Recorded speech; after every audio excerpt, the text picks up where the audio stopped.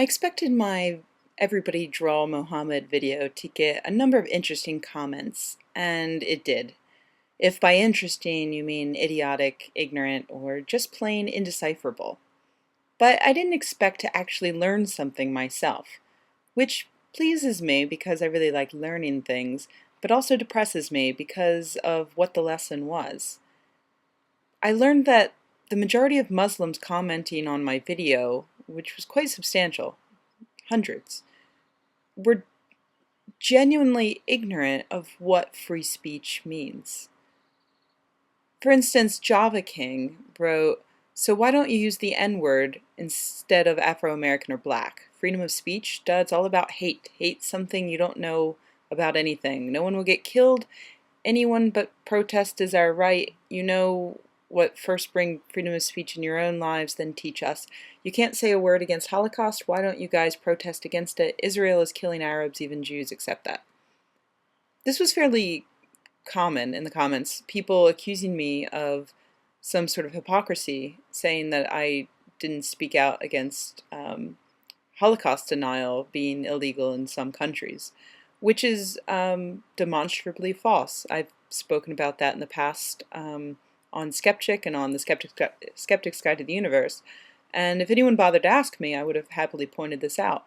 I support free speech even for Holocaust deniers, not because I think they're right, but because I fervently believe that it's everyone's right to say what they think. And criminalizing that kind of speech, it doesn't cure bigotry. It only drives it further underground where it can thrive. I'd much rather have it exposed to daylight so we can fight it head on.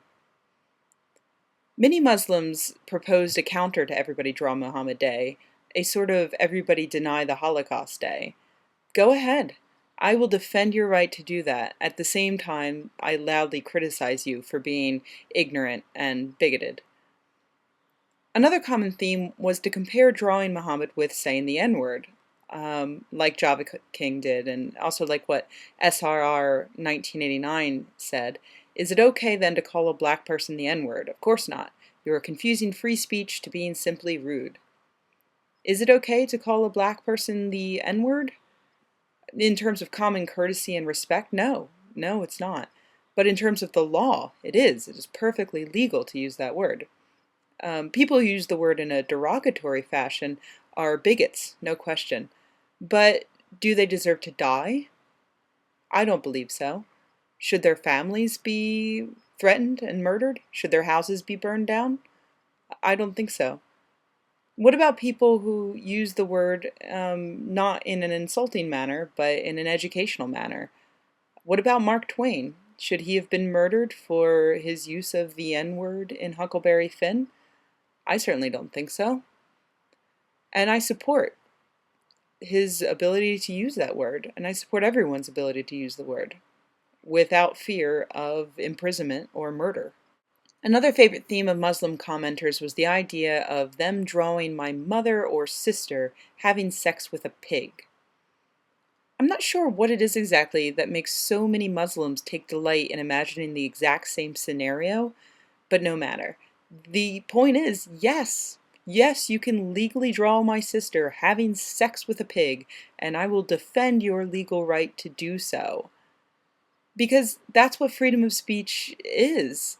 It's the freedom to engage in an open discussion without fear of death or imprisonment. So, yes, you can go ahead and draw a picture of my sister screwing a pig, and I can respond by explaining that I don't have a sister, and then we can have a nice sit-down talk about your sublimated desires and how they lead you to constantly imagine scenarios in which members of my family copulate with farm animals. I can't begin to count the number of commenters who threatened my life, called me a bitch, or insulted me while loudly crying about the fact that I won't respect their phony pedophile messiah. Oh, was that insulting? Sorry.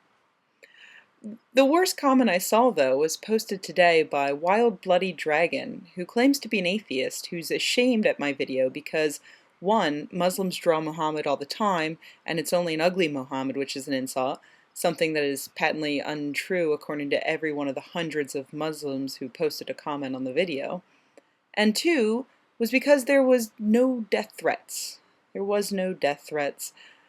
I can't figure out if this person is just misinformed, incredibly stupid, or just the boldest liar ever to exist.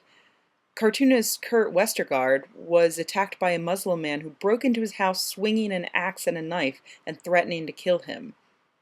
Cartoonist Lars Vilks was jumped by a mob of angry Muslims, and his house was set on fire. The threats to Trey and Matt over the South Park stuff were posted on the internet for everyone to read.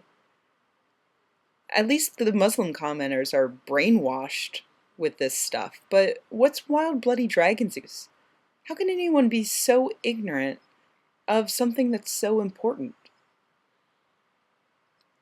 Shanik Tien posted a comment saying, "We all, Muslims or non-Muslims, should understand that our freedom of speech must end where disdain of others' reverence starts." No, actually, freedom of speech does not stop where others' cherished beliefs begin.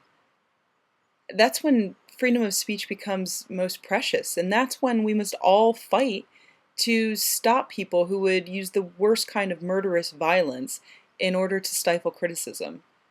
So I'm going to keep fighting against that, no matter how many pictures of my family members screwing pigs you want to draw.